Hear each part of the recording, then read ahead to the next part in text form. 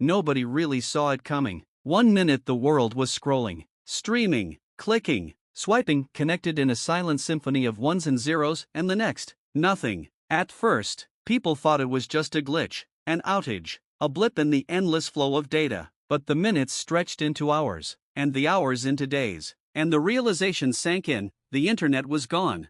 It didn't matter where you lived, New York, Tokyo, Nairobi, or a small village in the middle of nowhere, screens lit up with the same stark message: no connection. The networks were dead, satellites silent, servers offline. The digital heart of the world had stopped beating. The first wave was confusion. People walked the streets holding their phones high like divining rods, searching for any flicker of Wi-Fi. Coffee shops, usually buzzing with laptop keyboards, sat eerily quiet. Social media influencers stared into blank cameras. The news stations, unable to update or broadcast online, fell back on radio and print, which most had long forgotten how to use. Then came the second wave: panic. Bank accounts became meaningless numbers no one could access. Digital maps were useless, planes grounded, stock markets froze, and online businesses collapsed overnight. People realized how deeply they had woven the internet into every part of their lives. Food supply chains that depended on online logistics broke down. Hospitals, reliant on digital databases, stumbled into chaos. There were no more instant messages, no more video calls, no more "let me just Google it."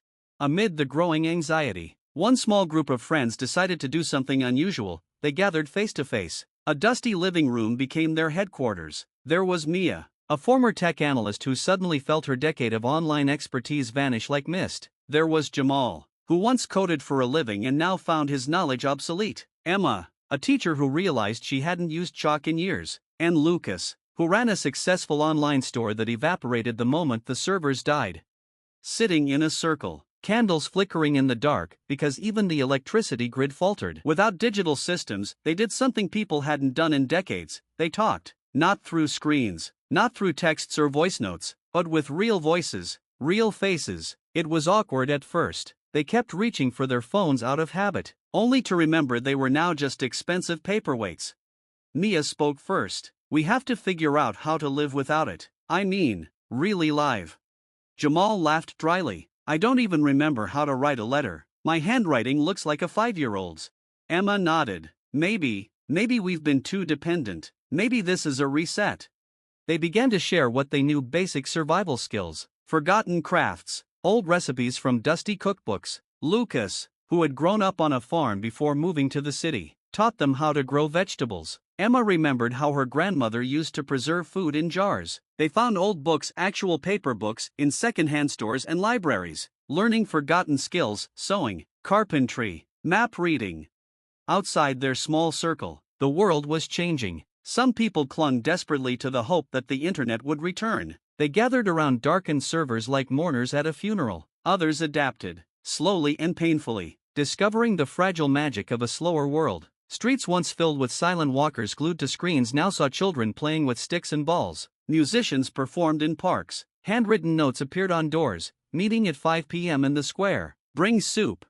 But it wasn't all hopeful. The absence of connection also bred fear. Some cities fell into chaos, looting, fighting, a desperate hunger for control. Without online banking, governments struggled to pay workers. Without instant communication, misinformation spread like wildfire through word of mouth, and no one knew how, or why, the internet had stopped or if it could ever be restored.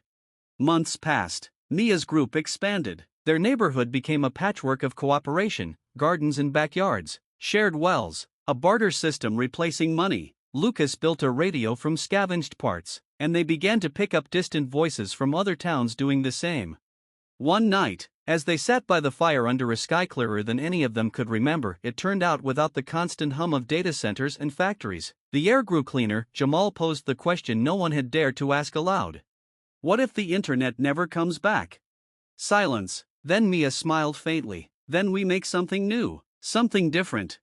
And in that moment, beneath the endless stars, they realized that humanity had not vanished with the Wi-Fi signal. The old world was gone, yes, but life, real life, went on. People still laughed, cried, built, loved, and perhaps, without the constant noise of the digital world. They could hear each other and themselves more clearly than they ever had before.